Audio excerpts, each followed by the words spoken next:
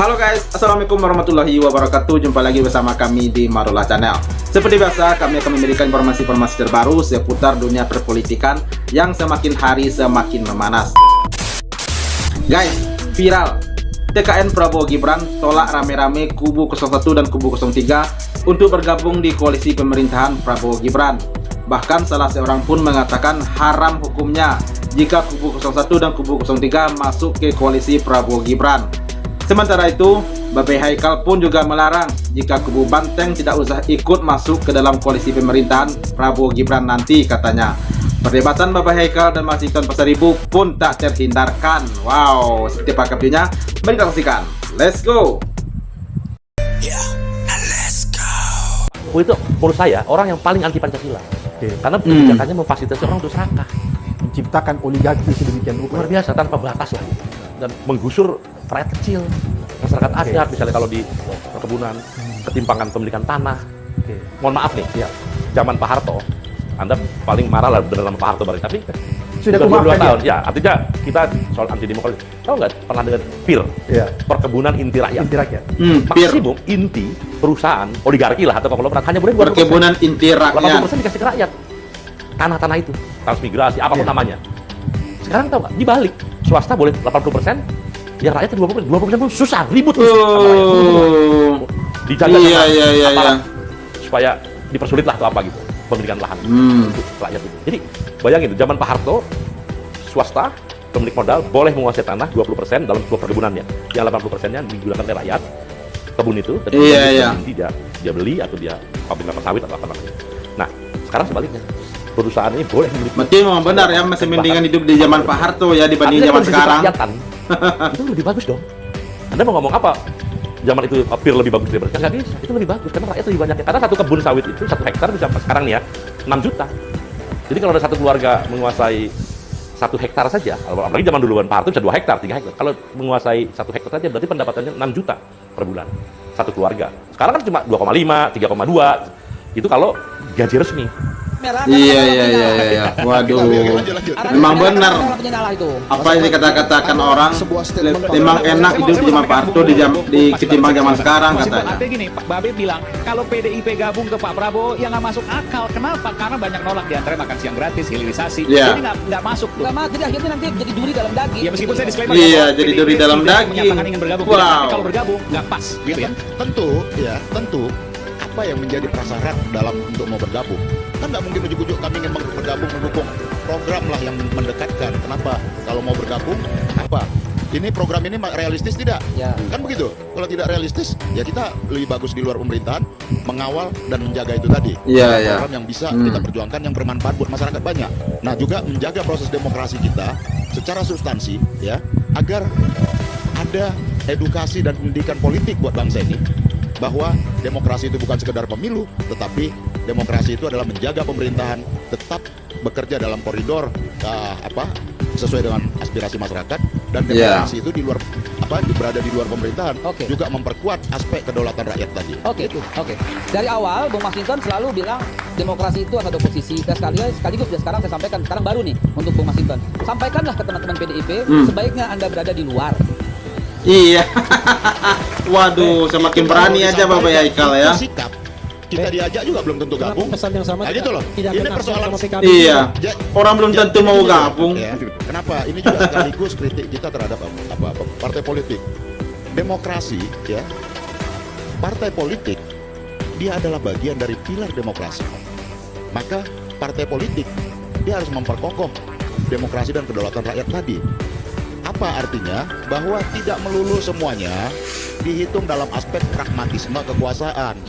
Jadi kalau partai yang punya cara pandang ideologis, di mana menempatkan partai sebagai alat perjuangan politik ya rakyat, sebagai instrumen dari demokrasi tadi, oposisi itu atau berada di luar pemerintahan, itu adalah bagian dari pertanggungjawaban dan sikap politik partai. Tepat, karena begitu itu kita loh.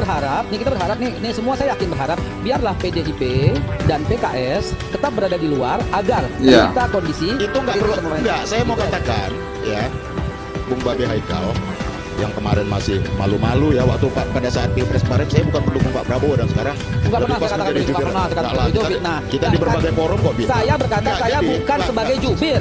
enggak. Saya berkata bukan Saya sebagai jubir. mengatakan gitu. artinya bahwa ya artinya bahwa tidak perlu PDI Perjuangan diajarkan mau di luar pemerintahan atau apa, nggak perlu diojok-ojok Iya. aja deh atau diajak-ajak ke dalam. PDI Perjuangan punya sikap membaca pemerintahan, membaca orientasi kebijakan-kebijakan pemerintahan ini ke depan sehingga menentukan sikap ini kita layak berada dalam pemerintahan atau kita kawal dari luar pemerintahan. Begitu, Bu. Kawal Iya, di iya, luar iya. pemerintahan. Ini Bapak ini tidak fair ya. Tadi minta PDIP sama PKS di luar pemerintahan. Kenapa nggak diminta juga Nasdem sama PKB itu, Be? Iya, iya. Biar Pertanyaan itu. biar sama P3, biar keren gitu loh. P3-nya Yang nggak ada, menang P3-nya silakan. nggak ada di sini, Nasdemnya nggak ada di sini. Cukup saya berkata kepada calon Gitu ya. Enggak, tapi pertanyaan itu relevan, Be. 01 mantan 01, Be. Nasihatin dong saya, Be. Kenapa cuma PDIP dan PKS Iya. yang jangan masuk? Kenapa nggak Nasdem dan PKB juga Nasdem, disebutkan? PKB, P3. Iya, iya, iya, Memang iya. kalah itu ada maksud politiknya. Ya, karena mereka kan sudah gabung ke 02 ya, ujian si Babe ini ya. Ya, Dan Pak Prabowo belum jadi presiden loh, Pak. Nanti tanggal 20. Janganlah berandai-andai. Tetapi Emang PKB udah resmi akan masuk. Iya, Emang tetapi- PKB udah resmi akan menjadi beberapa Be, calon Be, menteri dari PKB. kita ini sedang omon-omon, dan omon-omon itu kan berdasarkan indikasi, berdasarkan fakta yang terjadi hari ini. Besok belum tentu juga memang, siapa tahu tiba-tiba yang kejungkal itu Golkar kan. Cuma memang Iya. ya, fatsun politik hari ini ya kan tidak dipakai. Yang kalah ya udahlah, Anda nggak usah gabung. Anda kasih kesempatan pada Babe Haikal yang sudah Iya. capek menjadi jubir Prabowo. Enggak, saya belum pernah jadi jubir. Saya belum pernah jadi jubir. Iya. Ya kan? Capek berikan kepada Margarito Kamis, pada Yusril. Iya, iya, iya. Jangan diberikan kepada orang yang tidak mendukung. Kalau Henry Satrio melipir misalnya, jangan kasih. Ya kan? Yang melipir-melipir itu pengkhianat semua itu. Kalau kita mau pembelahan yang benar, yang menang memerintah, yang kalah legowo untuk beroposisi. Haram hukumnya Iya, iya. bagi partai nomor 1 dan 3 dengerin tuh. kubunya Prabowo. Kenapa Nah. marah, Mas Adi? Ya jelas dong, mereka kan menuduh hasil pilpres itu penuh dengan kecurangan. Ya. Kan lucu, orang yang menuduh curang hasil pemilunya mau bergabung dengan hasil pemilu yang dianggap curang. Iya, iya, Jadi iya. supaya Setuju ada itu. pernyataan dan sikap politik yang inline dan sama. Jadi supaya panggung depan dan panggung belakang sama gitu ya. Betul. Jangan panggung belakang minta masuk koalisi, panggung depan minta didiskualifikasi gitu. Artinya apa? Kalau memang partai-partai 1 dan 3 ini mengatakan hasil pilpres kali ini curang, untuk apa bergabung dengan hasil pemilu yang curang? Tapi kan Iya, Partai iya, Golkar iya. butuh juga untuk keberlangsungan. Kalau nggak masuk ke pemerintahan bagaimana? Itulah problemnya. Saya sering mengatakan di tempat ini juga, sering kali narasi-narasi dan tuduhan kecurangan itu hanya lip service, hanya di permukaan. Karena secara prinsip setelah pilpres usai, KPU memutuskan, MK juga memutuskan siapa yang memenangkan pilpres. Partai-partai yang selama ini menuduh ada indikasi kecurangan, ada ketoliman dalam pilpres, itu berkongsi menjadi satu sama yang lain. Ya. Oke. Bagi saya, apa yang kemudian muncul dalam pikiran kita? Elit lah yang sebenarnya memprovokasi rakyat. Mereka yang kemudian memberikan contoh yang tidak baik, bahwa sebenarnya kecurangan itu hanya sebatas narasi karena dia dirugikan secara elektoral. Ya. Bahkan Iya, iya, kalau iya. mau konsisten sebenarnya, kalau saya di kubu 1 dan 3, saya akan mengatakan nggak boleh bergabung dengan Prabowo. Haram Gibran. hukumnya. Haram Iya, hukumnya. haram hukumnya Karena bergabung itu dengan adalah 02 hasil ya. pemilu yang menurut mereka terindikasi penuh dengan kecurangan. Ini yang disebut dengan konsistensi antara pernyataan dan sikap Tapi politik. Betul, iman politik, betul, betul. iman politik Setuju juga itu. partai-partai oposisi saat ini kayaknya nampaknya gampang digoyah deh. Mulai goyah. Bukan hanya gampang ya menurut saya. Memang politisi ini kan ujung-ujungnya bagaimana mendapatkan kekuasaan. Udah itu aja kok, dapat menteri, dapat jatah. Yang lain-lain untuk rakyat, untuk publik saya nggak terlampau percaya. Kalau mau jujur, jika ada partai 1 dan 3 mau bergabung dengan Prabowo dan Gibran, tanyakanlah ke para pendukungnya. Mengakhiri konfrontasi dan gontok-gontokan nggak harus menjadikan mereka menteri. Ya, kalau para pendukungnya Biarkan kan aja mereka di sudah luar, pasti di nggak tempat mau yang ya. sunyi, menikmati jalan hidup politik mereka di pilpres, bahwa mengatakan ini hasil pemilu dengan penuh kecurangan, ya udah di luar dong. Mereka punya visi misi yang beda, mereka nggak setuju IKN, mereka nggak setuju pindah ibu kota, ya sudah nikmati. Oke. Untuk apa berkoalisi dengan orang yang jelas-jelas IKN akan dibangun, ibu kota akan dibangun, infrastruktur juga akan dimaksimalkan. Itulah yang saya selalu mengatakan, supaya visi misi ide-ide besarnya itu dipraktekkan dalam pola kehidupan politik mereka. Bukan Iya, iya, hari mantap, ini mantap. tempe, besok tahu, repot ini barang. Pemirsa, anak dan menantu Presiden Joko Widodo mendapatkan penghargaan dalam peringatan Hari Otonomi Nah, Daerah ini dia yang 2028. lagi viral saat ini, guys. Wali Kota Solo, Gibran Rakabuming Raka, dan Wali Kota Medan, Bobi Nasution, menerima penghargaan Satya Lencana Karya Bakti Praja Nugraha dari Presiden Jokowi. Penghargaan untuk kepala daerah berprestasi itu Birsa diberikan langsung oleh Presiden Republik Indonesia Joko Widodo pada Wali Kota Solo, Suka-suka Gibran dia lah ya. Rakabuming Raka, dan Wali Kota Medan Bobi Nasution. Kita tahu Bobi menerima tanda kehormatan Satya Lancana beserta dengan Wali Kota Solo Gibran Rakabuming Raka yang langsung diberikan dari Presiden Joko Widodo.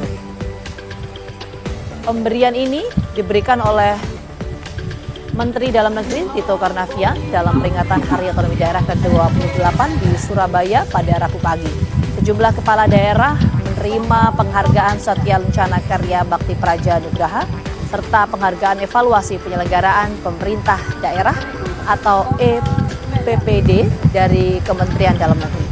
Wali Kota Medan Bobi Nasution mengatakan bahwa penghargaan yang ia terima berdasarkan penilaian objektif tentang apa yang telah ia lakukan selama menjabat sebagai Wali Kota Medan.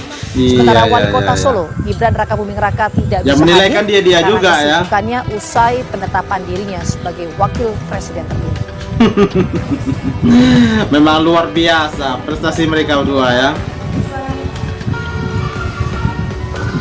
Ya nggak tahu, tanya yang mau tanya saya. Memang luar biasa ternyata prestasi Bobi Nasution dan juga Gibran Rakabuming Raka selama ini menjadi wali kota. Ternyata mereka mendapatkan penghargaan Satya Lancana dari bapak dia sendiri dan juga bapak mertuanya si Bobi ya. Ya, tapi walaupun begitu katanya mereka itu salah satu wali kota terbaik atau kepala daerah terbaik. Coba tanya sama masyarakatnya. Jangan tanya sama bawah-bawahannya, tanya juga sama masyarakatnya gimana kinerja mereka, baik atau enggak begitu ya, baru dapat penghargaan. Jangan kalian aja yang menilai sendiri begitu ya. Nah guys, lagi pula terkait tadi dengan apa yang dikatakan seorang pengamat politik tadi, kubu 01 dan kubu 03 haram hukumnya bergabung ke koalisi Prabowo Gibran nanti katanya. Sebab dari jauh hari mereka sudah mengatakan gembar-gembor, pelaku curang segala macam begitu ya. Akhirnya mereka gabung ke koalisi 02, itu haram hukumnya katanya. Wow. Oke guys, apakah pendapat kalian? Tolong sampaikan di kolom komentar dan sampai jumpa lagi di video berikutnya. Thank you. Thanks for watching.